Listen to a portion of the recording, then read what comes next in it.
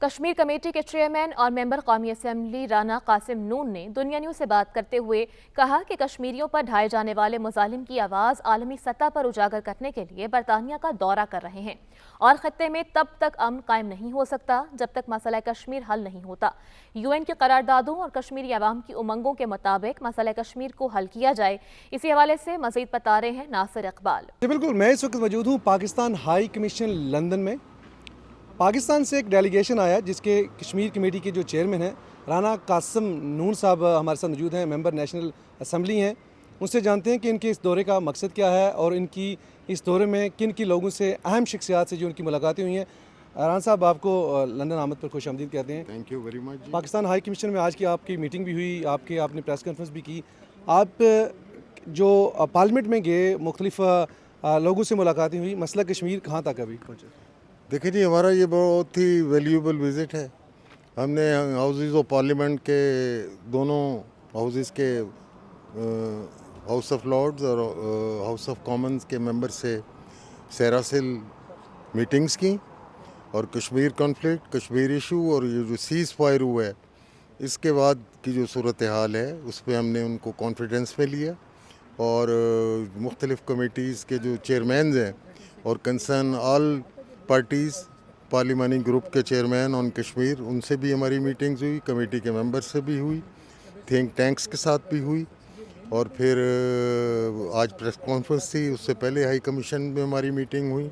تو یہ بھرپور وزٹ ہے جی، انشاءاللہ العزیز۔ جو ڈونلڈ ٹرمپ نے اناؤنس کی ہے کشمیر کنفلکٹ کو ریزالو کرنے کے لیے تھرڈ کنٹری میں بیٹھ کے کمپوزٹ ڈائیلاگ کے حوالے سے، تو یہ خاصی انکریجنگ صورتحال ہے۔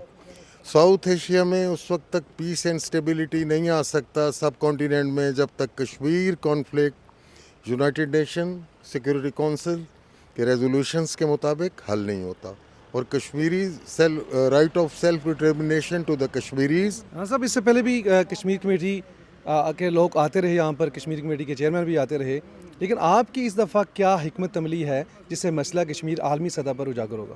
انشاءاللہ we are raising the voices for the Kashmiris, and جو ہم نے کشمیر کانفلکٹ کو، ڈسپیوٹ کو، کشمیر ایشو کو انٹرنیشنلائز کر رہے ہیں، اور کشمیری ڈائسپورا کو، کمیونٹی کو ہم ایکٹیو کر رہے ہیں یہاں پر، اور کل برمنگھم میں ہے، پھر مختلف شہروں میں ہے، تو اس کے مثبت نتائج آئیں گے جی۔ سر، آخری سوال آپ سے، چونکہ یہاں پر 10 لاکھ سے زائد کشمیری آباد ہیں جن کا تعلق ڈویژن میرپور کے ساتھ ہے۔ گزشتہ مہینے جن سے کچھ ماہ قبل میرپور میں ایئرپورٹ کا اعلان کیا گیا، وہ ایئرپورٹ کے اعلان اور ہریام برج جن سے وہ اب تک کہاں تک پہنچے؟ دیکھیں جی، ہم نے وزٹ کیا تھا 22 اپریل کو میرپور میں، 21 کو گئے تھے۔ 2 روزہ ہم نے اپنی پارلیمنٹری کمیٹی آن کشمیر کا وہاں پہ اجلاس کی میٹنگ رکھی تھی تمام سٹیک ہولڈر سے۔ ریام برج تو بن رہا ہے جی، میں نے خود انسپیکٹ کی ہے، وزٹ کی ہے، انشاءاللہ بہت جلد کمپلیٹ ہوگا، جو اسلام گڑھ اور میرپور کو کنیکٹ کرتا ہے۔ پھر ہم نے منگلا ڈیم فیکٹریز کے حوالے سے چک سواری، ڈڈیال اور میرپور میں جو ہاؤسنگ سکیمز ہیں، ماڈل ٹاؤنز ہیں، ان کے ڈیولپمنٹ اور ان کی کمپلیشن کے حوالے سے میٹنگز کی، موقع پہ گئے۔ اور پھر راولہ کوٹ انٹرنیشنل ایئرپورٹ کا بننا بہت ضروری ہے، اور یہ فیزیبلٹی اسٹڈی اس کی پائے تکمیل تک پہنچ رہی ہے، اور ہمارے پرائم منسٹر آف پاکستان نے اناؤنس کیا ہے جی، اور انشاءاللہ العزیز یہ بہت جلد اس پہ کام شروع ہو جائے۔